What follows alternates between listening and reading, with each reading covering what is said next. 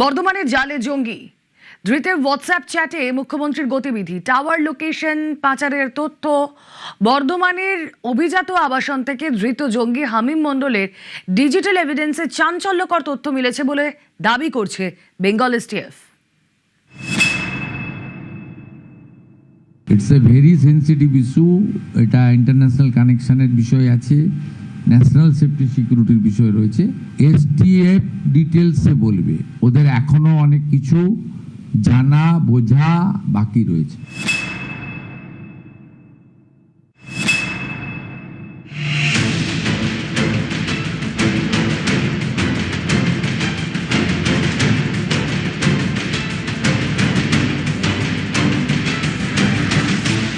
বৃহস্পতিবার সকাল ৮টা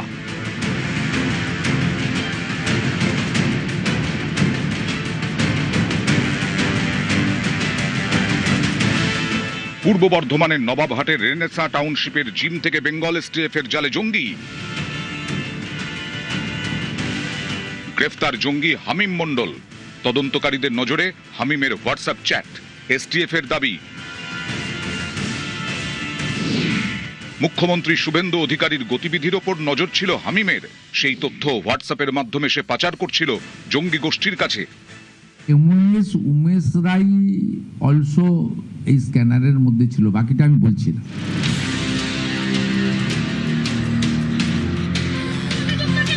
জঙ্গি হামিম মণ্ডলের টার্গেট ছিলেন হাওড়া উত্তরের বিজেপি বিধায়ক উমেশ রাইও। তিনি রাজ্যের পরিষদীয় দফতর এবং পুর ও নগর উন্নয়ন দফতরের প্রতিমন্ত্রী। এসটিএফ এর দাবি, উমেশ রায়ের পরিবারের সদস্যকে অপহরণের ছক ছিল হামিমের। সেই সদস্যের যাবতীয় তথ্য কাশ্মীরের সাজ্জাদ ভাট জঙ্গি গোষ্ঠীকে পাঠাতো হামিম।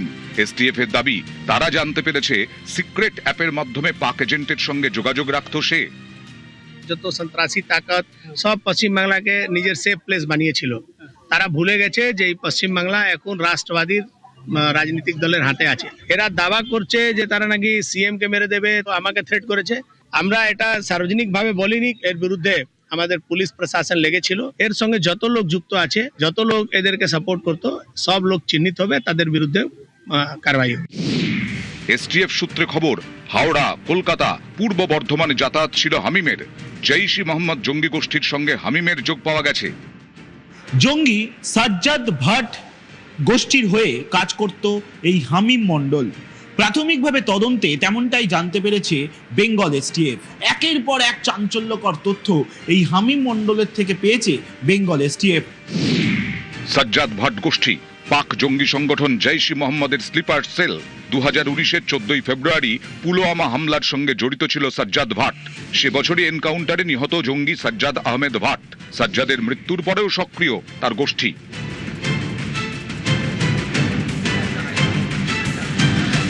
পূর্ব বর্ধমানের মন্তেশ্বরে হামিম মণ্ডলের গ্রামের বাড়ি। আমি আমার লাতি হয়, কলকাতায় থাকি, পড়াশোনা করছিল কলকাতাতেই। বাবার সঙ্গে ওই ব্যবসা আছে, ওই ব্যবসায় যুক্ত থেকে ব্যবসা করে ওইখানেই, আর কলকাতাতেই জন্ম। মাস তিনেক আগে হাওড়ার পিলখানায় ভাড়া বাড়িতে থাকতো হামিম মণ্ডল। পিলখানারই একটি গেঞ্জি কারখানায় এসে কাজ করত।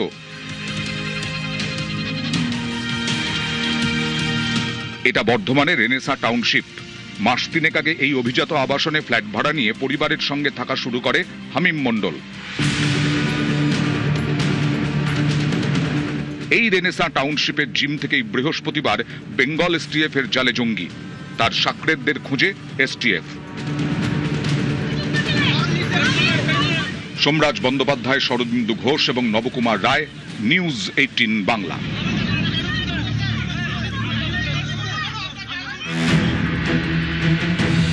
এই হামিম মণ্ডলকে বেঙ্গল এসটিএফ গ্রেপ্তার করার পরেই মুখ্যমন্ত্রী শুভেন্দু অধিকারী তার নিজের ঘরে একটি পর্যালোচনা বৈঠক করেছেন। It's a very sensitive issue. এটা ইন্টারন্যাশনাল কানেকশনের বিষয় আছে। এই ভয়ঙ্কর, তার মানে এই যে দীর্ঘ বহু বছর ধরে এই পশ্চিম বাংলাটা জঙ্গিদের একটা আস্তানা হয়ে উঠছে।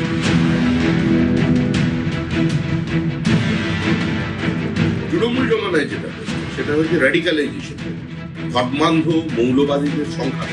বিভিন্ন জায়গায় শিশু মনে বিদ্বেষের বিষ, দেশ বিরোধিতার বিষ, হিন্দু বিদ্বেষের বিষ ঢুকিয়ে দেওয়া। এই পশ্চিম বাংলা জেহাদিদের সব থেকে সেফ প্লেস ছিল। আওয়ার এমওএস উমেশ রাই অলসো এই স্ক্যানারের মধ্যে ছিল, বাকিটা আমি বলছি। It's a very sensitive. এরা দাবা করছে যে তারা নাকি সিএম কে মেরে দেবে, তার সহযোগীকে মেরেছিল, আমাকে থ্রেট করেছে। আমরা এটা সার্বজনিকভাবে বলিনি, কিন্তু আমরা এর বিরুদ্ধে আমাদের পুলিশ প্রশাসন লেগেছিল।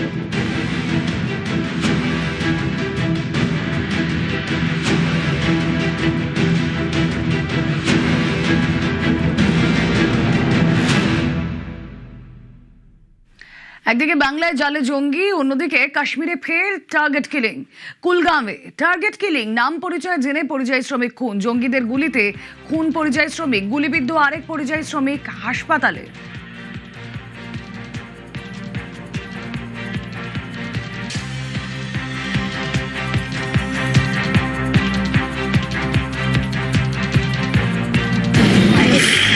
केलम कुलगाम में हुए आतंकी हमले के बाद ये आप देख रहे हैं फिलहाल एक को शिफ्ट कर दिया गया है और ये जो एक जख्मी है नॉन लोकल उसे फिलहाल शिफ्ट कर दिया गया है श्रीनगर के अस्पताल में।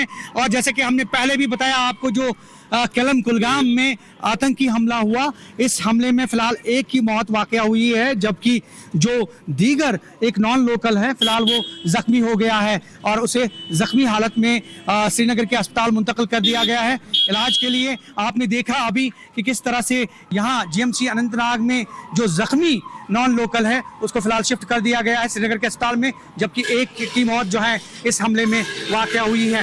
सिक्योरिटी फोर्सेज ने पूरे इलाके को तहवील में ले लिया है, केलम इलाके में, और अभी सर्च ऑपरेशन जारी है। सिक्योरिटी फोर्सेज, फौज और दीगर जितनी भी एजेंसीज हैं वो लगी हुई हैं और कहीं ना कहीं इसमें जितने भी इन्वॉल्व लोग हैं उन्हें किफर किरदार तक पहुंचाने की कोशिश करेंगे। लेकिन फिलहाल यहाँ से ये खबर कि फिलहाल एक की मौत वाकया हुई है इस हमले में, केलम कुलगाम हमले में, और एक जो जख्मी है नॉन लोकल फिलहाल उसे श्रीनगर के अस्पताल में मुंतकिल कर दिया गया है। अभी आपने देखा कि किस तरह से एम्बुलेंस में उसे जो है श्रीनगर के अस्पताल शिफ्ट कर दिया गया है। उसे भी गोली लगी है, जख्मी है, क्रिटिकल है, लेकिन फिलहाल जहां तक डॉक्टरों का कहना है फिलहाल उसकी हालत मुस्तहकम इसलिए बताई जा रही है क्योंकि उसे फिलहाल श्रीनगर के अस्पताल मुंतकिल कर दिया गया है। यहाँ ऑपरेशन जारी है, सर्च ऑपरेशन, और फिलहाल अगर हम केलम की बात करें तो केलम को पूरी तरह से सिक्योरिटी फोर्सेज ने अपनी तहवील में ले लिया है। ज़हूर रिजवी, न्यूज़ 18 नेटवर्क, अनंतनाग। কাশ্মীরে আবার ধর্ম বেছে বেছে টার্গেট কিলিং, আবার লস্করে তৈবার সাম্প্রদায়িক সন্ত্রাস। 2025 এপ্রিলের ঘটনা আপনাদের মনে আছে, পহেলগাঁওয়ের ভেসারন ভ্যালিতে হত্যা করা হয়েছিল পর্যটকদের। 2026 31 জুলাই কুলগাঁওয়ে গুলি চলল ছত্তিশগড়ের 2 পরিযায়ী শ্রমিকের ওপর। কথা বলবো, প্রদীপ চক্রবর্তী সহকর্মী রয়েছেন সঙ্গে। প্রদীপ,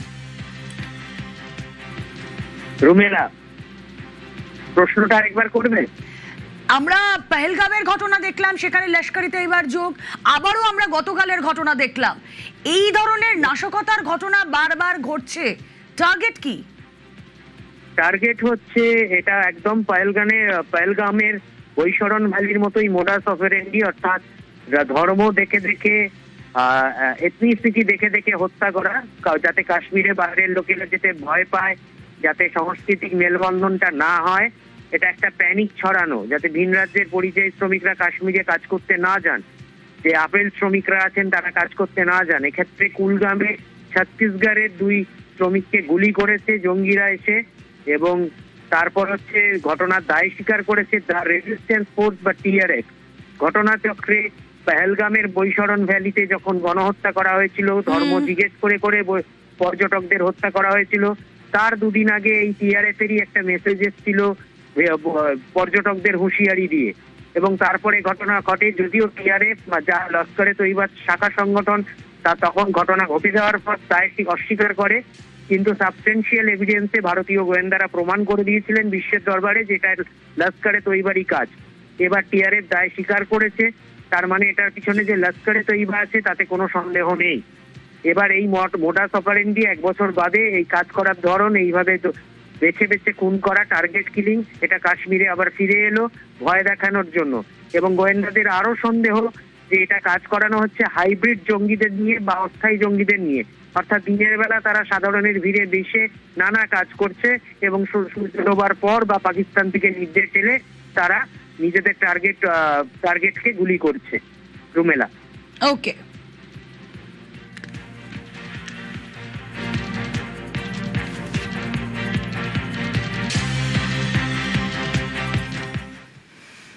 ঘর সামলাতে না পেরে ফাঁকা আস্ফালন পাক প্রতিরক্ষা মন্ত্রী খোয়াজা আসিফের।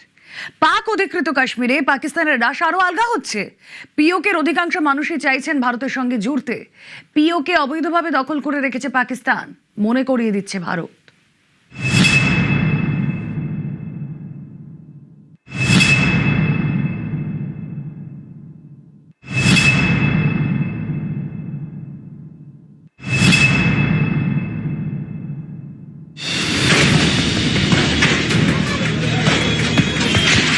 পাক অধিকৃত কাশ্মীর ভারতের অবিচ্ছেদ্য অঙ্গ, আর সেখানে পাক সেনার দাদাগিরির দিন শেষ।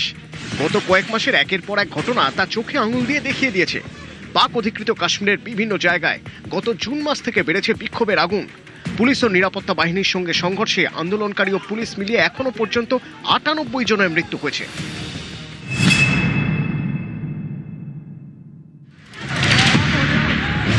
নিজেদের অধিকারের দাবিতে দীর্ঘদিন ধরেই আন্দোলন চালিয়ে যাচ্ছে অধিকৃত কাশ্মীরের অধিবাসীরা।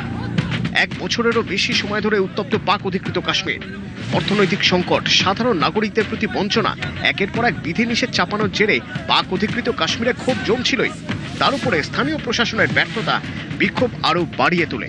স্থানীয় জয়েন্ট আওয়ামী অ্যাকশন কমিটি বা জেএক্সির নেতৃত্বে সাধারণ মানুষ বিধানসভায় শরণার্থীদের জন্য ১২টি আসন সংরক্ষণের প্রতিবাদে আন্দোলন শুরু করেন। বিদ্যুৎ ও আটার ভর্তুকি হ্রাস, জিনিসপত্রের চড়া দাম এবং রাজনৈতিক বৈষম্যের বিরুদ্ধে জনগণ রাজপথে নামে।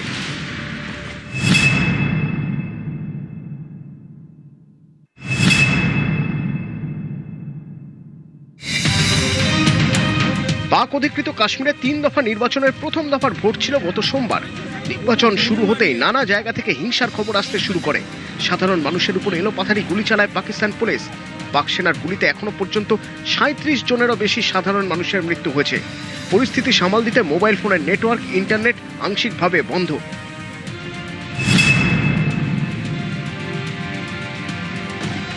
পিওকে ক্ষোভে ফুঁসছে। পাক সেনাদের দেখলেই চলছে পাল্টা হামলা। পরিস্থিতি কোনোভাবেই আয়ত্তে আনতে না পেরে আসরে নামেন পাক প্রতিরক্ষামন্ত্রী খোয়াজা আসিফ। জানিয়ে দেন, পাক অধিকৃত কাশ্মীরের প্রতিবাদীদের সঙ্গে কোনো আলোচনায় ইসলামাবাদ রাজি নয়। পাক প্রতিরক্ষামন্ত্রী আরও জানান, তিনি ভারতকে যেভাবে দেখেন অধিকৃত কাশ্মীরের প্রতিবাদীদেরও তেমনই শত্রু বলে মনে করেন।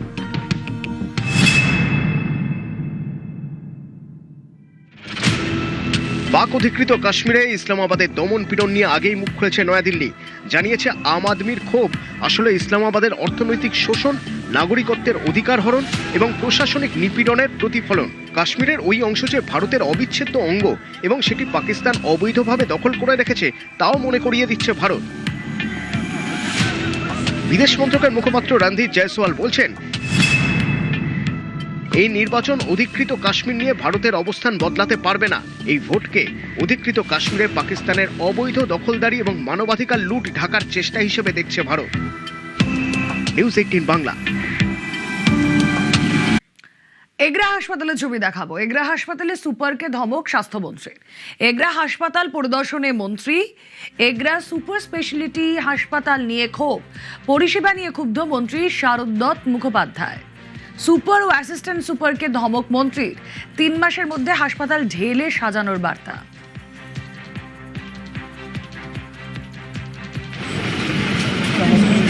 আপনি এখনই একটা অ্যাম্বুলেন্স পটাশপুরে পাঠাবেন, ওখানেই থাকবেন। পটাশপুরের বিএমওইচকে ফোন করুন, একটা অ্যাম্বুলেন্স এখনই পটাশপুরে পাঠাবেন। আরেকটা হচ্ছে ভগবানপুরে অ্যাম্বুলেন্স আছে কিনা জিজ্ঞেস করুন। 2টো অ্যাম্বুলেন্স এক্ষুনি পাঠাবো এখান থেকে, ওখানেই কাজ করবে ওরা। এদের এখানে কিছু দিয়ে লাভ নেই। এই টোটাল ওয়ার্ক এই 6খানে অ্যাম্বুলেন্স এখানে কি করতে রেখেছেন? কোন পেশেন্ট রেফার করেন? কোন এখানে পরিষেবা দেওয়ার নাম নেই, রেফার করেন মানে এই হাসপাতালের অবস্থা, এটা এমার্জেন্সি নেই। আগুন ধরে এভাবে লোকে বেরোবে না, ধাক্কা কেটে গেছে কি বললেন? দরজা খুলছে কোথায়? মানতে বুদ্ধি একে বলে, মানতে বুদ্ধি। শুনুন, আপনার কাছে পেশেন্টের ফোন আছে, অ্যাডমিশন করানো, আর আমরা জানি কি করা। আপনার যখন হোয়াটসঅ্যাপ প্যাটার্ন পেয়ে যান, কালকে থেকে তো সাসপেন্ড। নন মেডিকেল সুপার কোনো রুল নেই, দুটো নন মেডিকেল সুপার কালকে থেকে সাসপেন্ড হবে, দিয়ে আমার রিপোর্ট পাঠাবে, আমি তারপর যা ব্যবস্থা নেওয়া। এদিকে না ওদিকে দেখাচ্ছেন কি এটা ভাঙা, এই দরজা চলছে না।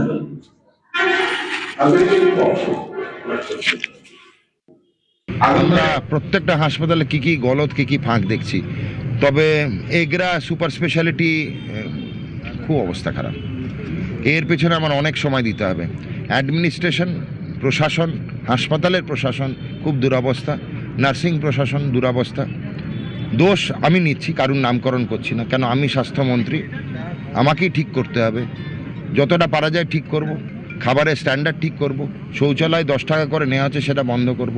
মা আহার নিয়ে কমপ্লেন হয়েছে, 270 জন টিকিট কেটেছে, কুপন কেটেছে, 350 দাঁড়িয়েছে। হয় 350 কুপন দেওয়া হবে, বা বাকিদের বলে দিতে হবে যে আগে থেকে বলে দিতে হবে দাঁড়াবেন না। পরিষেবার প্রচুর ঘাটতি, পরিষেবার প্রচুর ফাঁক আছে। মালদা বিমানবন্দর চালু করতে তৎপরতা। ইংরেজবাজারের বিজেপি বিধায়কের দাবি, সেপ্টেম্বর থেকে শুরু হবে কাজ। মার্চ এপ্রিলে 19 আসনের বিমান চালু টার্গেট। এয়ারপোর্টে উড়ানে আমরা যুক্ত হয়েছি, জানেন, আমরা সাগরমালা 2-তে যুক্ত হয়েছি। উড়ানে আমরা পুরুলিয়ার ঝররা এয়ারপোর্টকে নতুন করে করব, মালদা আর বালুরঘাটকে কমপ্লিট করব।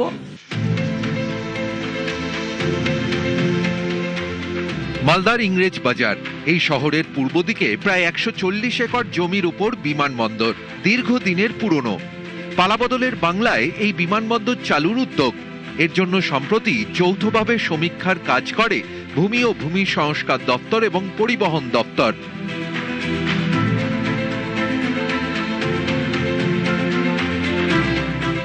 ইংরেজবাজারের বিজেপি বিধায়ক অম্লান ভাদুরীর দাবি, সেপ্টেম্বর থেকে শুরু হবে বিমানবন্দরের কাজ। মার্চ এপ্রিলে 19 আসনের বিমান পরিষেবা চালুর টার্গেট। আমাদের এখানে 19 সিটারের যে প্লেন, সেই প্লেন অনাসায় নামবে। আর এইটাতে যেটা আমাদের এই বিমানবন্দরের নিজস্ব জায়গা আছে, সেই জায়গাটাকে যদি 1 কিলোমিটার আমরা রানওয়েটাকে বাড়িয়ে নিই, তাহলে এখানে 72 সিটারের প্লেন নামবে। 72 সিটের প্লেন যদি আমরা নামাতে পারি, বা আপাতত 19 সিটের নামাতে পারি, তাহলে কিন্তু মালদার যে প্রয়োজনীয়তাটা সেটা কিন্তু অনেকটাই মিট আপ হয়ে যাবে। আমরা সেই প্রপোজাল রেখেছিলাম, সেই প্রপোজাল বাজেটে নেওয়া হয়েছে। আমরা সেপ্টেম্বরে যদি স্টার্ট করি, আমরা মার্চ এপ্রিলের মধ্যে এখানে বিমানবন্দর করে ফেলবো। একদিকে বাগডোগরা বিমানবন্দর 250 কিলোমিটার, আরেকদিকে দমদম বিমানবন্দর 350 কিলোমিটার, মাঝে মালদা। তাই মালদায় বিমানবন্দর চালুর দাবি দীর্ঘদিনের। তৃণমূল জামানায় শুধুমাত্র রানওয়ের কাজ হয়েছে। রাজ্যে পালাবদলের পর এই বিমানবন্দর চালুর উদ্যোগ। মালদার বাসিন্দাদের দাবি, বিমান পরিষেবা চালু হলে জেলায় পর্যটনে গতি আসবে, ব্যবসার ক্ষেত্রেও সুবিধা হবে। এই বিমানবন্দর আসার ফলে আমাদের বহু রকমের সুবিধা হতে পারে। আমাদের যারা ইন্ডাস্ট্রি করার জন্য বহু বাইরে থেকে চেষ্টা করছে যে মালদায় এসে ইন্ডাস্ট্রি করবে, তারা এরপরে ইন্ডাস্ট্রি করার জন্য এখানে আসতে পারে। প্লাস তার সঙ্গে সঙ্গে আমাদের এখানে পর্যটক, আমাদের আদিনা আছে, গৌড় আছে, তারপরে পান্ডুয়া আছে। এটাকে যদি আমরা সুন্দর করে প্যাকেজ করে যদি আমরা এটাকে ভালোভাবে মানুষের কাছে তুলে ধরতে পারি, তাহলে এটাও একটা আমাদের পর্যটক হিসাবে আমাদের এই জায়গাটাকে আমরা তুলতে পারবো। আজকে যদি কলকাতা থেকে বিমানবন্দর চালু হয় আমাদের মালদাতে, তাহলে ফ্লাইটে আসতে অনেক কম সময় লাগবে, এবং সময় কম লাগা জরুন অনেকে এসে তাড়াতাড়ি পৌঁছাতে পারবেন, তাড়াতাড়ি কাজ শেষ করে তাদের গন্তব্যস্থলে আবার ফেরত যেতে পারবেন। এতে তাড়াতাড়ি যেমন সময়টা বাঁচবে, তার সাথে সাথে ব্যবসারও সার্বিক উন্নয়নটা ঘটবে। তো আমাদের হোটেলিয়ার্স অ্যাসোসিয়েশন বলুন বা বণিক মহল বলুন, সমস্ত ব্যবসায়ীদের ক্ষেত্রেই এর একটা অপরিসীম গুরুত্ব থাকবে। বিমানবন্দর যদি চালু হয়, ব্যবসার মানও বাড়বে, তার সাথে সাথে লোকাল ইকোনমি ডেভেলপমেন্ট। মালদা বিমানবন্দরকে নিয়মিত চালু করতে চাইছে নতুন সরকার। আর তা হলে এই অঞ্চলের পর্যটন থেকে শিল্প বাণিজ্য, স্বাস্থ্য থেকে চিকিৎসা, নানা ক্ষেত্রেই নতুন দিশা পাওয়া যাবে। একই সঙ্গে হবে মালদার মানুষের স্বপ্ন পূরণ। ক্যামেরায় লিপেশ আল্লাহর সঙ্গে সেবক দেব শর্মা, নিউজ 18 বাংলা, মালদা।